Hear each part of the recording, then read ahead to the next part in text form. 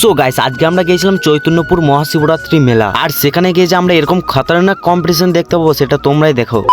So guys, তোমরা সকলেই জানো যে আগামী কাল ছিল মহাশিবরাত্রি। তার জন্য এখানে আমি, দেবরাজ আর দেবরাজের একটা ভাই, আমরা সবাই মিলে যাচ্ছি চৈতন্যপুর মহাশিবরাত্রি মেলা। আর মেলাতে এসে সবারই প্রথম এত সুন্দর একটা গেট দেখতে পেলাম। আসলে এই গেটের মধ্যে দিয়ে সবাই যাচ্ছে মহাশিবরাত্রিতে শিবের মাথায় জল ঢালতে। আর এখানে ঠিক মহাশিবরাত্রিতে শিবের মাথায় জল ঢালার জন্য এত এত এত ভিড় হয়। আর হ্যাঁ, তোমাদেরকে ভাবলাম মন্দিরটা একবার দেখাবো, কিন্তু এখানে মন্দিরে ওঠা নিষেধ। তার জন্য তোমাদেরকে আমি এখান থেকেই মন্দিরটা একটু দেখিয়ে দিলাম। তারপরে আমরা চলে আসি মেলার মাঝখানে, আর সেখানে একটু হরিনামের কীর্তন শুনে আমরা চলে আসি এই জায়গাটায়। তো এটা হচ্ছে আমাদের পাড়ার বিপ্লব কাকু। এর দোকানের রোল তো জাস্ট ভালোই খেতে। তোমরা যদি খেয়ে থাকো তাহলে কমেন্টে বলবে। তো বিপ্লব কাকার দোকানে আমরা ঠিক 3টে রোল অর্ডার দিই। তো রোলটা খেতে তো জাস্ট ভালোই লাগছে। তো ওইদিকে আমাদের রোল খাওয়া হয়ে গেলে আমরা চলে আসি সানগ্লাসের দোকানে। আসলে দেবরাজারকে একটা স্টাইলিশ চশমা নেবে। তো অনেকক্ষণ চশমা দেখার পর দেবরাজারকে এই চশমাটা পছন্দ হয়। তো সব শেষে আমার কিন্তু এই চশমাটা খুব পছন্দ হয়, কিন্তু পকেটে টাকা না থাকার কারণে এই চশমাটা আর কি কিনতে পারলাম না। তো ওইদিকে মনের দুঃখে আমরা মেলা থেকে বেরিয়ে চলে আসি বক্স দেখতে। তো গাইস, এখানে এসে দেখে একটা কঠিন কম্পিটিশন হচ্ছে, আর ওই কম্পিটিশনের ভিডিওটা